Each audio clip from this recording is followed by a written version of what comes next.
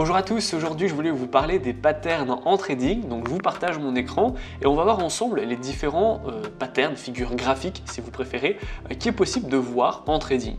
Mon préféré personnellement, ça va être les drapeaux, fanions, triangles, etc.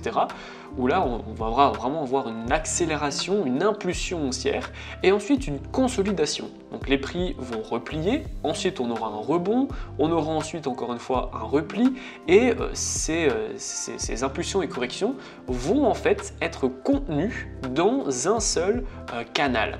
Donc ce canal, ça va être un truc comme ça, hop, une petite micro-tendance baissière si vous préférez.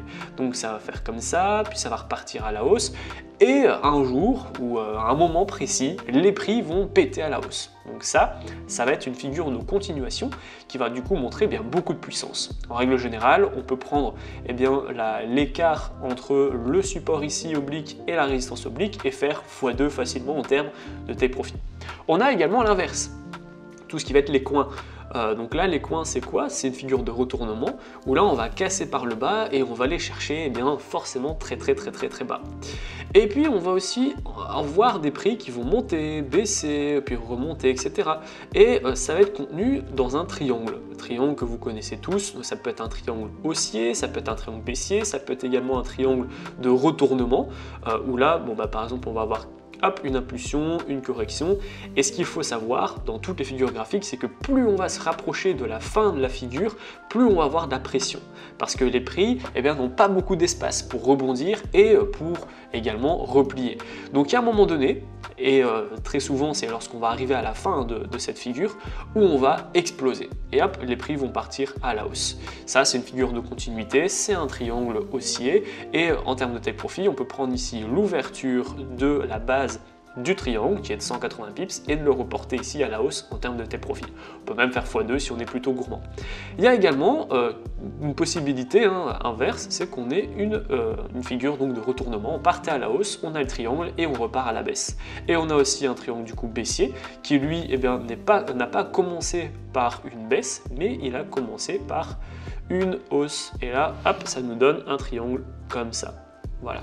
On a commencé à la hausse et puis on rentre à la baisse dans le triangle, on fait le triangle et puis on repart à la baisse. Et ça, c'est une figure de continuité également, on appelle ça un triangle baissier. Et donc maintenant que vous connaissez à peu près les figures principales, surtout celles que je préfère, il y en a énormément des figures, j'en ai parlé aussi beaucoup en live, etc. Mais j'aimerais bien aussi en fait vous faire comprendre et surtout réussir à vous changer l'œil entre guillemets. C'est très difficile de voir une fois qu'on est sur le graphique des figures graphiques sur justement les différentes unités de temps. Et en fait, il faut uniquement et simplement avec du travail habituer son œil à voir ces figures graphiques sur l'analyse technique. Par exemple ici, vous voyez potentiellement aucune figure graphique, surtout si vous débutez, vous allez vraiment avoir beaucoup de difficultés, alors qu'en fait il y en a vraiment beaucoup.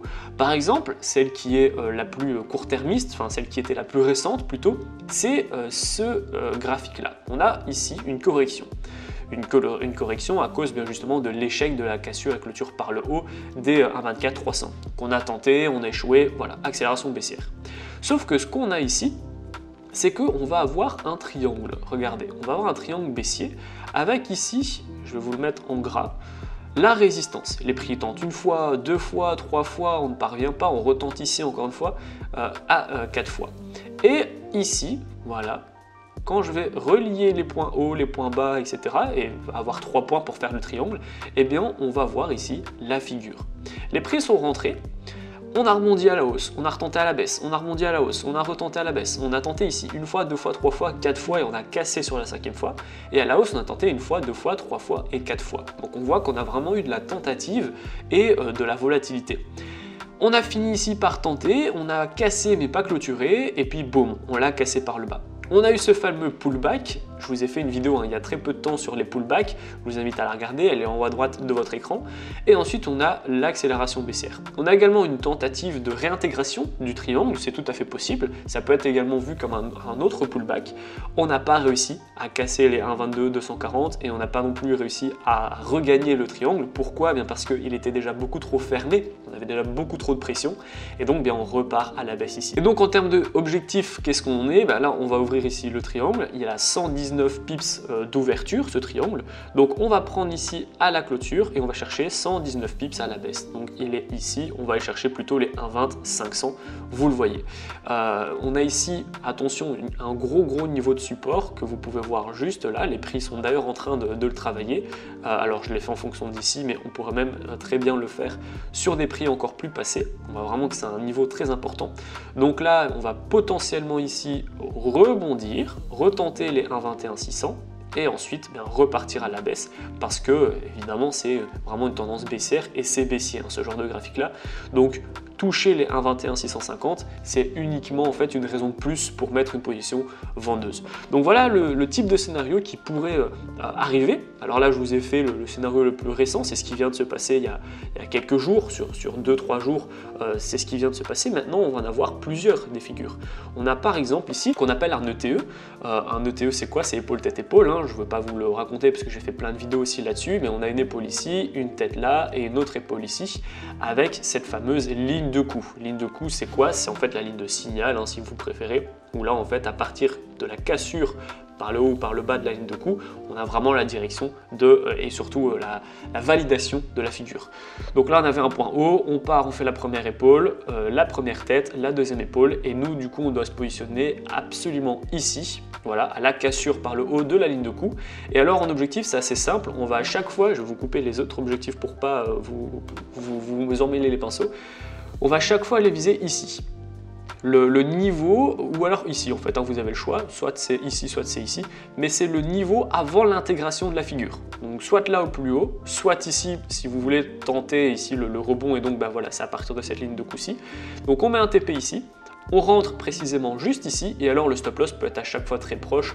Pourquoi? Bien parce que si on le touche, ça veut dire qu'on aura réintégré la ligne de coup et donc c'est plus du tout une figure graphique. Et donc là en fait on a ici une belle figure de retournement. Le TE c'est donc une figure de retournement. On partait ici en tendance baissière depuis ce niveau là, donc en 2 jours de tendance baissière.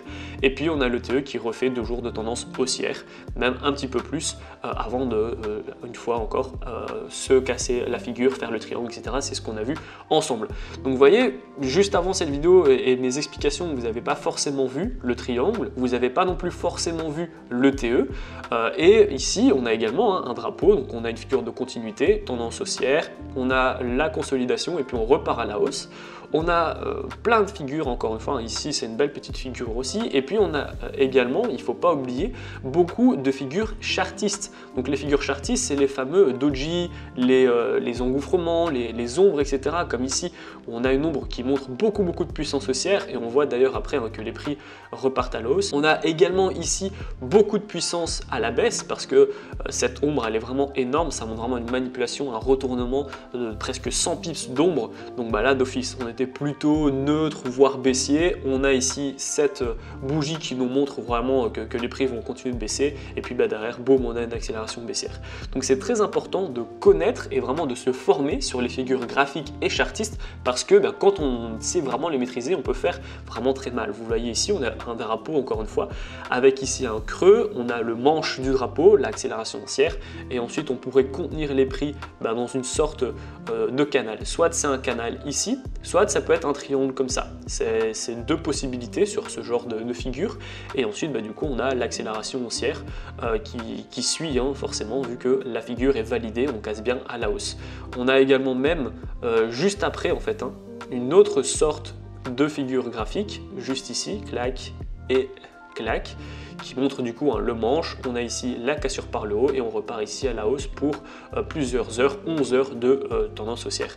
Là ici on a la manipulation des prix avec cette énorme ombre qui montre vraiment que les prix vont se retourner et vont repartir à la hausse. Donc vous voyez, je prépare pas, j'ouvre les graphiques et je lis uniquement ce qui se passe, j'apprends à lire un graphique et on voit qu'il y a beaucoup de figures graphiques. Donc ça c'est vraiment ce que vous devez faire, c'est vous former en figure graphique et vous former en figure chartiste. Et surtout lorsque vous arrivez devant le prix, d'habituer votre œil à essayer de chercher des figures graphiques. Parce que si par exemple vous allez mettre des indicateurs, le RSI, des moyennes mobiles, machin, etc., vous allez être trop condensé. Vous allez regarder les signaux des indicateurs, mais vous n'allez pas essayer de chercher après des figures graphiques. Par contre, si vous mettez rien du tout, que vous effacez tous les indicateurs et tous les tracés que vous avez et que vous vous concentrez sur les prix en eux-mêmes, vous allez vraiment faire du vrai price action, du price action pur, et du coup ça va vous obliger à essayer de chercher des indices de figures graphiques, de figures chartistes, etc. à travers les prix. J'espère que la vidéo vous a plu. Je vous invite à la suite de cette vidéo à supprimer la totalité de vos indicateurs et de vos tracés et de vous occuper uniquement du prix en eux-mêmes. Essayez de trouver par exemple 3 figures graphiques et 3 figures chartistes et ensuite revenez me voir en commentaire pour me dire si vous avez réussi. Si vous avez encore des difficultés avec l'analyse technique, pas de panique, vous avez la possibilité de rejoindre ma formation totalement gratuite. C'est le premier lien dans la description. Ça va vous permettre d'acquérir des bases, faire vos premiers pas et vos premiers gains dans le monde du trading. Dans la première vidéo, on va voir ensemble comment créer un compte sur une plateforme ergonomique. Ensuite, on va voir des stratégies de trading, des indicateurs de trading. Je vais même vous expliquer comment j'ai fait mes premiers 1000 € par mois en trading. Et ensuite, je vais vous donner un cours sur les take profit et sur les stop loss pour que vous puissiez être un trader qui dure dans le temps. La vidéo est terminée, j'espère que vous a plu. Si c'est le cas, n'hésitez pas à la liker, à la partager et surtout abonnez-vous. Moi, je vous dis à très bientôt pour les prochaines vidéos.